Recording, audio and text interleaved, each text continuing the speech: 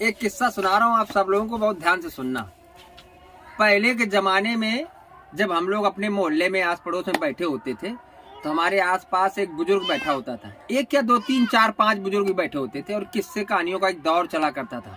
लोग किस्से सुनाया करते थे। तो मैं ऐसा ये किस्सा आप सबको सुनाने जा रहा हूँ। आप सब लोग बहुत ध्यान से सुनना। किस्सा मजेदार है, कहानी मजेदार है और प्रेरक भी है और सुनने लायक भी है। बात उन दिनों की है कि एक बार एक संत की धूनी लगी हुई थी। धूनी यानी कि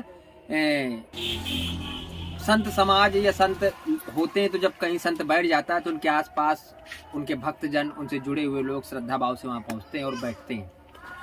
संत ने बीच रास्ते में धूनी अपनी लगा दी थी। धूनी जब उसने लगा दी, सुनो भाई सब लोग सुनो, इधर को सुनो, इधर अवध किशोर सुनो ध्यान से। तो संत ने जब अपनी धूनी लगा दी तो क्या हुआ, वहां से एक राजा की सवारी निकलनी थी। उस टाइम पे राजा महाराजा होते थे। आज के समय में प्रधानमंत्री, मुख्यमंत्री या जिलाधिकारी, ये सबसे बड़ा अफसर जिले का होता है। वहां से एक बड़े अफसर का कारवां निकलना था, यात्रा निकलनी थी या उनका भ्रमण होना था। जब संत की धूनी लगी हुई थी तो उस धूनी के बीच पहले सिपाहियों का एक जत्था आता है, क्योंकि उस रास्ते से कुछ ही देर बाद उस इलाके के मंत्री राजा की सवारी निकलने वाली थी। और वो उनसे कहते हैं संत से कि यहाँ से संत महाराज अपनी धूनी हटा लो और जितनी जल्दी हो सके उतनी जल्दी हटा लो, और नहीं हटाओगे तो दंड कमंडल उठा के हम फेंक देंगे। तो संत महाराज ने कहा तभी तो ऐसे हो, और इतना कह दिया और वो बैठे रहे वहां पर, हटे नहीं वहां से। जबकि जो सिपाही थे वो आगे की तरफ निकल गए क्योंकि उन्हें आगे का रास्ता साफ कराना था।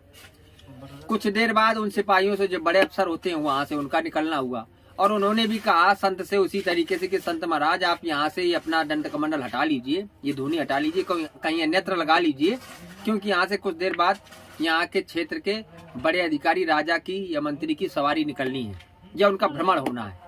लेकिन उस संत भगवान ने, संत स्वरूप ने वो धूनी नहीं हटाई और वो वैसे ही जमे रहे। इसके बाद कुछ देर बाद उनसे भी बड़े अफसर आए।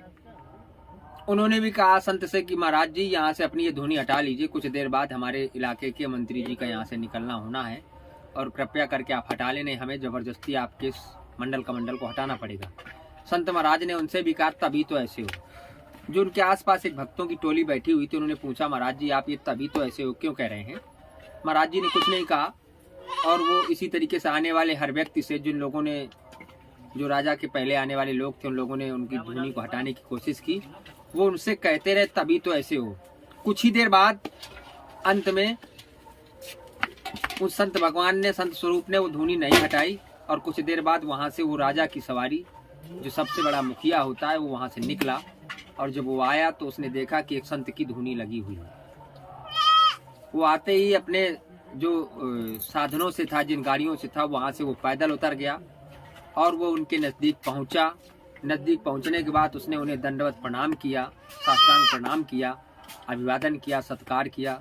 और उस राजा ने, उस मंत्री ने कहा कि अगर महाराज जी मुझे पता होता कि आपकी यहाँ पर धूनी लगी हुई है, आप अपनी आस्था को जगा रहे हैं, आप ईश्वर को मना रहे हैं, तो मैं निश्चित रूप से इस रास्ते को बदल देता। तो संत महाराज ने उस व्यक्ति से भी कहा तभी तो ऐसे हो। लोगों की उत्सुकता रही नहीं गई। लोगों ने पुनः उस संत स्वरूप से पूछा महाराज जी आपने ये शब्द बार बार कहा और जितने लोग इसके पहले भी आए उन लोगों से भी कहा कि तभी तो ऐसे हो, तो तभी तो ऐसे हो का मतलब क्या है। तो महाराज जी ने उस तभी तो ऐसे हो का अर्थ भी बताया।